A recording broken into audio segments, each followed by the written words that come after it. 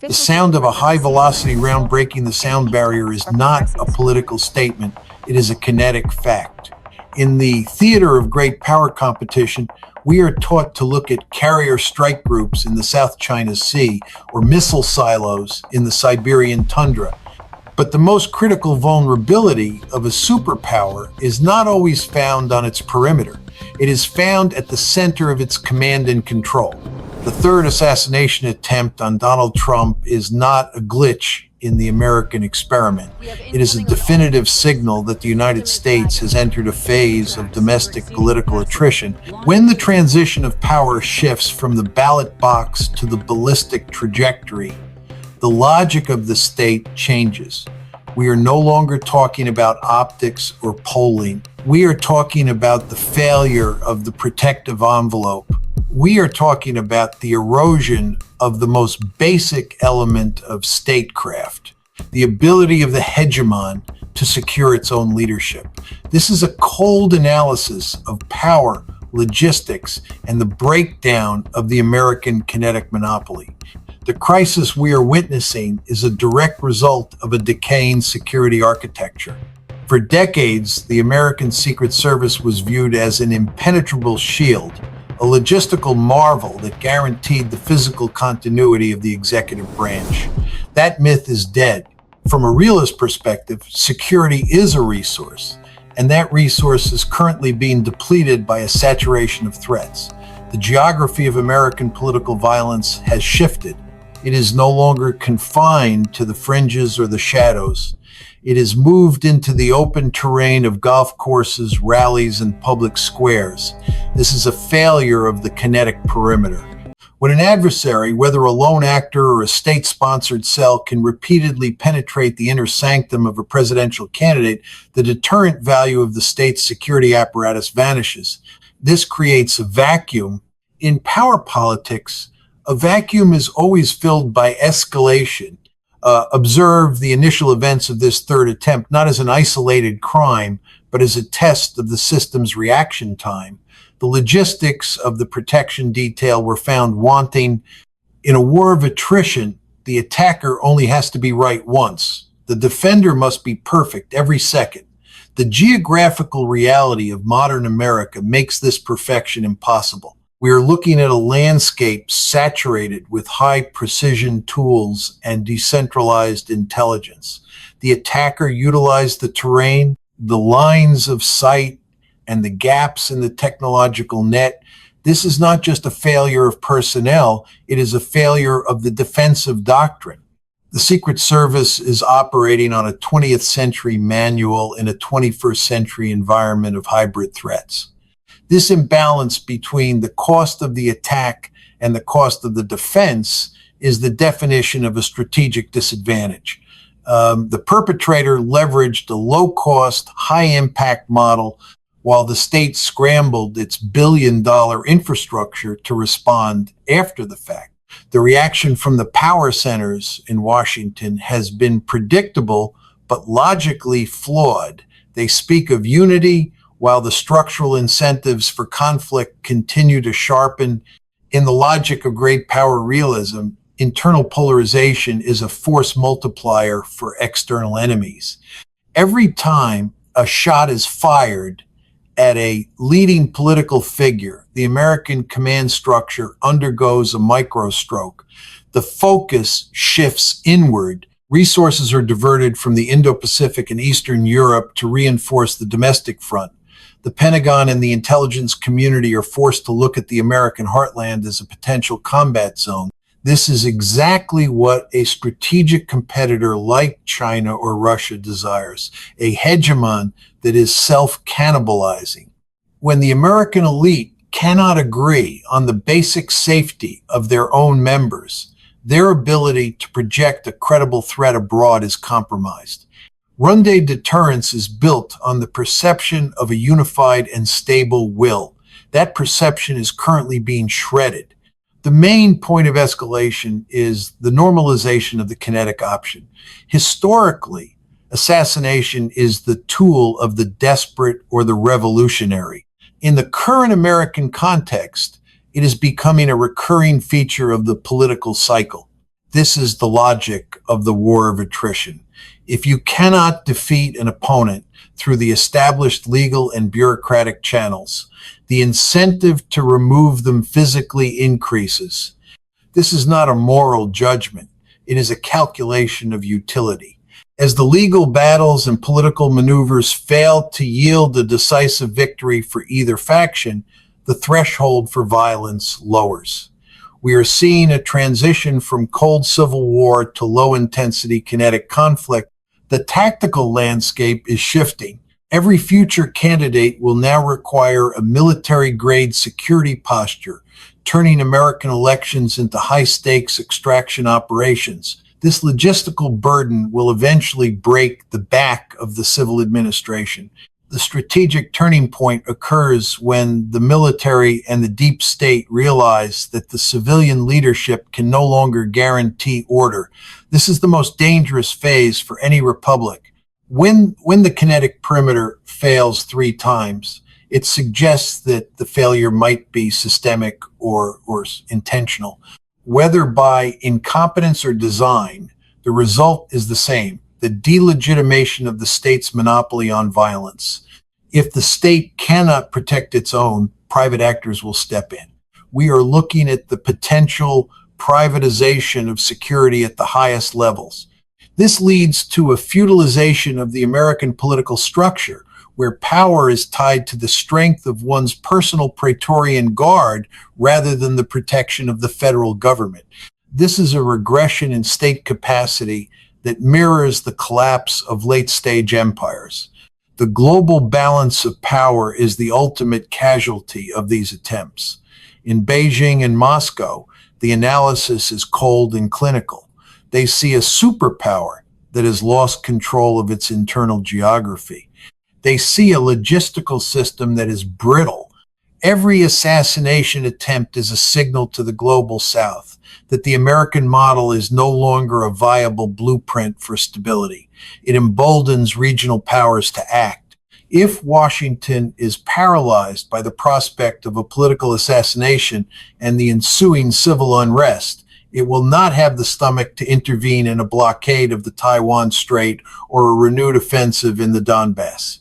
The internal front has become the primary theater of operations. The American hegemon is being tied down by 1,000 domestic cuts, and its adversaries are ready to exploit the resulting paralysis. The logic of escalation is now locked in. Once the seal of political violence is broken, it invites retaliation in kind. This is the feedback loop of attrition. We are moving into a period where the physical survival of a leader is the primary metric of their political viability. This is a world where the range of a rifle and the depth of a security perimeter dictate the future of global policy. The third attempt on Donald Trump has proven that the American heartland is no longer a sanctuary. It is a contested space. The strategic depth of the United States has been compromised from within. In the cold reality of power, when the center cannot hold, the empire begins to contract. The bullets fired in the American interior are echoing across the oceans, signaling to every capital on earth that the era of American stability is over. The game has changed. The logic of the ballot has been replaced by the logic of the kinetic. Prepare for the consequences of a superpower in a state of terminal friction. The breakdown of the protective envelope is not merely a failure of human surveillance. It is a failure of the state's logistical imagination. In the theater of great power realism, the most critical infrastructure is the chain of command. When that chain is threatened by a low-cost, high-impact kinetic actor, the entire hierarchy of power begins to shake. Think of the Secret Service not as a police force, but as a defensive weapons system. For 70 years, this system relied on a specific set of geographical assumptions, that threats would come from outside, that they would be identifiable, and that the domestic interior was a sanitized zone. Those assumptions are now obsolete. The geography of the threat has been decentralized. The kill zone has expanded to include every golf course, every open-air rally, and every transit route. This is a nightmare of logistics. You cannot defend a candidate who must remain visible in a country saturated with 300 million firearms and a digitized map of every vulnerability. The cost of defense is rising exponentially, while the cost of the attack remains the price of a single rifle and a box of match-grade ammunition. This imbalance, the asymmetry of political assassination, is the ultimate force multiplier for chaos. In military theory, we analyze the cost-exchange ratio. If a state spends $10 million to defend a target that can be threatened by a $1,000 investment, the state is losing the war of attrition. This is the reality facing the American security apparatus today. Each attempt forces a massive reallocation of intelligence assets. Every failure triggers a purge of personnel or a restructuring of protocols. This internal friction is a strategic tax on the American superpower. While the FBI and the Secret Service are diverted to manage the domestic red zone, the gray zone operations of adversaries go unchecked. The perimeter has been breached not just physically, but psychologically. The deterrent effect of the American state has been hollowed out from within. Let us analyze the lone wolf narrative through the lens of hard realism. In the world of power, there is no such thing as a truly isolated event. Every attacker is a product of a systemic breakdown, whether motivated by ideology, mental instability, or external provocation. The attacker is a kinetic agent of a larger structural decay. When the state can no longer suppress these agents, it signals a loss of territorial command. A state that cannot secure its own political transition is a state that is losing its grip on the monopoly of violence. This is the same logic we apply to failing states in the Middle East or sub-Saharan Africa. The only difference is the scale of the stakes. When the United States enters a cycle of political attrition, the entire global financial and military order loses its anchor. The reaction of the American establishment reveals a dangerous lack of strategic depth. Instead of a unified reinforcement of the executive security, we see a fractured response. Factions within the government use the security failures as ammunition for bureaucratic warfare. This is the definition of institutional decadence. In a healthy empire, a threat to the leadership triggers an immediate, overwhelming consolidation of power. In a decaying empire, it triggers a blame game. This internal friction acts as a brake on American power projection. How can a president or a prospective president negotiate a security pact in the Pacific when he cannot be certain of his safety on a campaign trail in Pennsylvania or Florida? The domestic front has become the primary theater of operations, and the American state is losing ground. The logic of escalation now dictates that the Secret Service model is dead. It must be replaced by a Praetorian model. We are moving toward a reality where political leaders will be surrounded by military-grade, heavily armed, and perhaps privately contracted security details.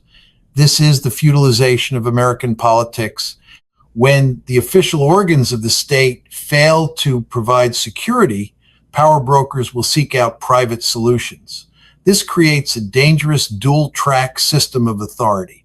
Imagine a scenario where a presidential candidate has a security force more capable and more loyal than the federal agents assigned to him. This is the point where the state's authority officially fractures. We are seeing the early stages of a security schism. This is not a conspiracy. It is the logical outcome of a system that can no longer guarantee its own survival through traditional means. Now, consider the calculus of America's global adversaries. For China, the site of a 3-time assassination target is a propaganda goldmine, but more importantly, it is a tactical window. Beijing's strategic planners do not see a tragedy. They see a target. Rich environment, They understand that a United States consumed by internal kinetic threats is a United States that will hesitate during a crisis in the Taiwan Strait. If the American commander-in-chief is preoccupied with surviving the next campaign stop, his focus on the first island chain is compromised. The OODA loop observe, orient, decide act of the American superpower is being jammed by domestic noise. This is the ultimate gray zone victory for America's rivals. They don't need to fire a shot at a U.S. carrier if the American political system is firing shots at itself. The Russian perspective is even more clinical. For Moscow, this is Maskirovka in reverse. The chaos in the American interior validates the Kremlin's narrative that the liberal world order is a facade of stability hiding a core of violence. Every bullet fired at Trump is a signal to the global South that the American security umbrella is leaking. It accelerates the multipolar transition. Countries like India, Brazil, and Turkey look at the American metropole and see a high-risk zone. They begin to hedge their bets. They diversify their security partnerships. They move away from the dollar and toward a more fragmented, localized power structure. The attrition of American political stability is the fuel for the de-dollarization of the global economy. Power is as much about the perception of stability as it is about the reality of tanks and planes. And that perception is in a state of freefall. The main point of escalation is the 2024 election cycle itself. This is no longer a political contest. It is a high-value target transit operation. The logistics of the upcoming conventions and the inauguration will be handled like a military deployment in a hostile territory. The political geography of the U.S. has been transformed into a map of sectors and perimeters. This shift changes the nature of the American Republic. A democracy cannot function behind a wall of blast shields and snipers. When the public square becomes a combat zone, the essence of the state changes from a voluntary compact to a forced security arrangement. This is the hard realist endpoint of political violence. It is the transition from a rule of law to a rule of force. The strategic turning point will be the moment a major security failure leads to a complete disruption of the electoral process. We have already had 3 close calls. The probability of a fourth is not a matter of if, but when and where. The logic of attrition dictates that the attempts will continue until the target is either removed or the environment becomes so restrictive that the political process dies. If the state cannot secure the process loses its legitimacy. If the process loses its legitimacy, the social contract is void. This is the deepest vulnerability of the American superpower. It is not its debt, its energy dependence, or its aging fleet. It is the fragility of its political succession. The global consequences of this friction are profound. We are looking at the erosion of the nuclear umbrella. If the person who holds the nuclear football is under constant domestic threat, the reliability of the American nuclear deterrent is called into question. Would a commander-in-chief, surviving an assassination attempt and facing civil unrest, have the clarity and the political capital to authorize a nuclear strike in defense of a NATO ally? The answer is no longer a definitive yes. This ambiguity is the most dangerous development in global security since the end of the Cold War. It invites miscalculation by regional powers.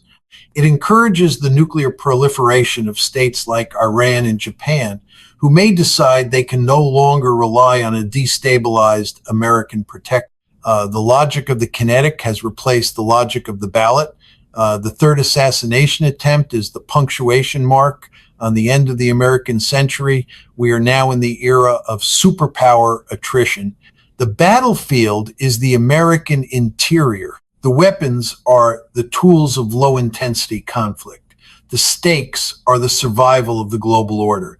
In this cold reality, there are no innocent events. There are only strategic indicators.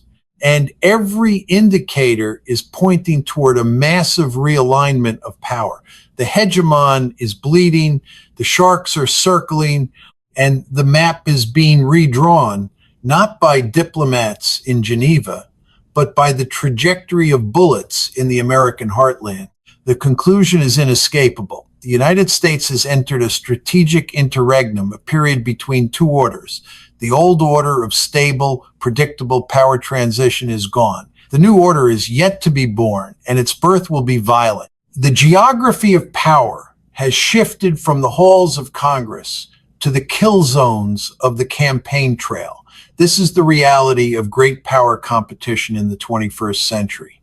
It is brutal, it is kinetic, and it is indifferent to the ideals of the past. The only question that remains is whether the American state can rebuild its defensive depth before the next round breaks the sound barrier. The clock is ticking and the range is closing. This is not politics. This is the logic of survival.